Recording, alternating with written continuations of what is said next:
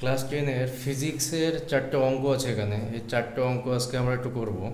First অঙ্ক আছে, দেখো, এক খণ্ড লোহার ভর 380 গ্রাম, আয়তন 50 সেন্টিমিটার কিউব হলে লোহার ঘনত্ব কত? দেখো, এখানে আমাদেরকে ঘনত্বের সঙ্গে ভর এবং আয়তনের সম্পর্কটা দেখতে হবে। দেখো, আমরা জানি ঘনত্ব সমান সমান ভর বাই আয়তন। এখান থেকে আমরা আরও একটা ব্যাপার সম্পর্কে জানতে পারি যে ঘনত্বের সঙ্গে আয়তনের ব্যস্তানুপাতিক সম্পর্ক, ঘনত্বের সঙ্গে ভরের সমানুপাতিক সম্পর্ক। অর্থাৎ আয়তন যদি বাড়ে তাহলে ঘনত্ব কমবে, আয়তন যদি কমে ঘনত্ব বাড়বে। কিন্তু ভর বাড়লে ঘনত্ব বাড়বে, ভর কমলে ঘনত্ব কমবে। এখানে আরও একটা ব্যাপার আমরা জানতে পারবো যে ঘনত্বের সিজিএস একক হচ্ছে সেন্টিমিটার কিউব আর এসআই একক হচ্ছে মিটার কিউব। দেখো, অনেক কিছু এখান থেকে জানা যাবে। দেন দেখো, এখানে আমার কি কি দেওয়া আছে বলেছে, এক খণ্ড লোহার ভর 380 গ্রাম, অর্থাৎ ভর দেওয়া আছে 380 গ্রাম। আর কি দেওয়া আছে? 50 সেন্টিমিটার কিউব, অর্থাৎ ঘনত্ব দেওয়া আছে, ঘনত্ব দেওয়া আছে 50 সেন্টিমিটার কিউব। তাহলে এখানে যদি আমি মান বসাই তাহলে ভর দেওয়া আছে 380 আর ঘনত্ব দেওয়া আছে 50। শূন্য শূন্য ক্যান্সেল হলে এটাকে ভাগ করলে আমাদের আসে 7.6 গ্রাম সেন্টিমিটার টু দি পাওয়ার -3। অর্থাৎ ঘনত্ব কত পেলাম আমরা? 7.6 গ্রাম ঘন সেন্টিমিটার কিউব। এবার দেখো, দুই দাগের যে অঙ্কটা দেওয়া আছে বলেছে 10 লিটার দুধের ভর 12 কেজি, সিজিএস এককে দুধের ঘনত্ব নির্ণয় করতে হবে। আমরা কিন্তু আগেই অঙ্কে করে এসেছি যে ঘনত্ব সমান সমান ভর বাই আয়তন, ঘনত্ব সমান সমান ভর বাই আয়তন। তাহলে এখানে আমাকে কি কি দেওয়া আছে? দুধের ভর দেওয়া আছে 12 কেজি। দেখো, এই কেজি থেকে আমাকে গ্রামে আসতে হবে। তাহলে 1 কেজি সমান সমান 1000 গ্রাম আমরা জানি। তাহলে একে যদি আমরা গ্রামে আনি তাহলে 12,000 গ্রাম হয়। আর আয়তন দেওয়া আছে, আয়তন দেওয়া আছে 10 লিটার।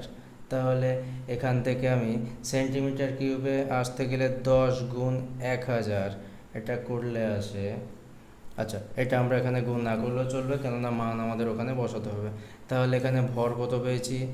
12 গুণ 1000। ঘনত্ব কত পেয়েছি? 10 গুণ 1000। 1000 যদি ক্যান্সেল হয় তাহলে থাকে কত? 12/10। অর্থাৎ কত পেলাম? 1.2 গ্রাম সেন্টিমিটার টু দি পাওয়ার -3। এটা গেল দ্বিতীয় অঙ্ক। দেখো, নেক্সট যে অঙ্কটা আছে সেই অঙ্কে কিন্তু একটু ট্রিক্স আছে। বলেছে 4 ডিগ্রি সেলসিয়াস তাপমাত্রায় 20 গ্রাম জলের একটি পাত্র পুরোপুরি ভর্তি আছে।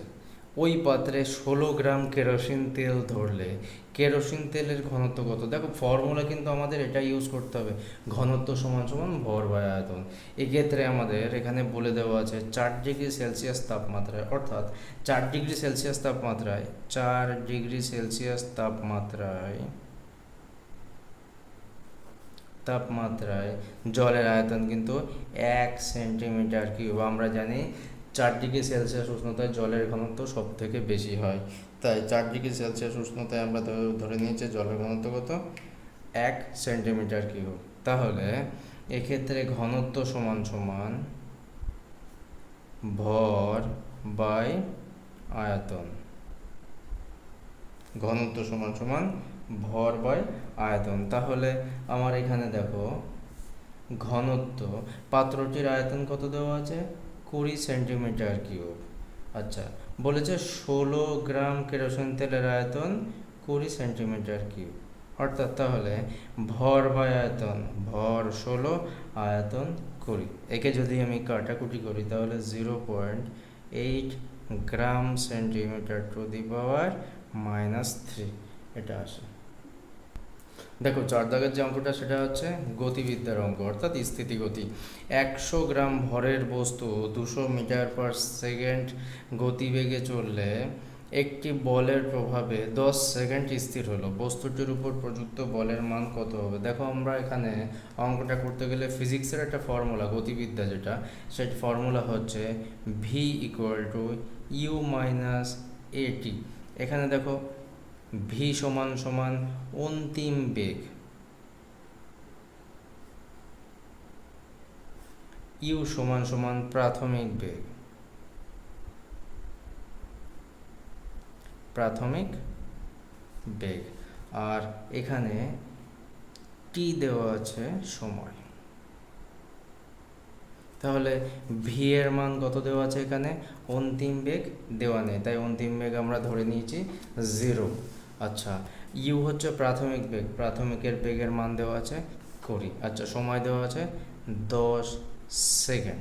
তাহলে আমরা যদি এখানে মান বসাই কি আসবে দেখো, ভি সমান সমান, যেহেতু দেখো ভি এর মান হচ্ছে 0 তাই আমি এখানে 0 বসিয়েছি। 0 সমান সমান ইউ এর মান কত? 20 মাইনাস এ গুণ টি এর মান 10, বা এখান থেকে আমি যদি এ এর মান বের করি আসবে 20/10 ইকুয়াল টু 2। দেখো এখনও শেষ হয়নি, আমরা আরও একটা ফর্মুলা জানি, সেটা হচ্ছে F equal to M into A. দেখো এর মান আমরা পেয়েছি কত? 2। তাহলে এফ ইকুয়াল টু এম এর মান আমাদের দেওয়া আছে কত? দেখো এম এর মান কিন্তু আমাদের দেওয়া 100 গ্রাম, এখানে এম এর মান দেওয়া আছে 100 গ্রাম, অর্থাৎ এটাকে যদি আমি কেজিতে নিয়ে যাই হবে 0.1 কেজি। তাহলে 0.1 ইন্টু এর মান আমি বের করে রেখেছি 2, তাহলে ক্যালকুলেশন করলে আসবে 0.2 নিউটন।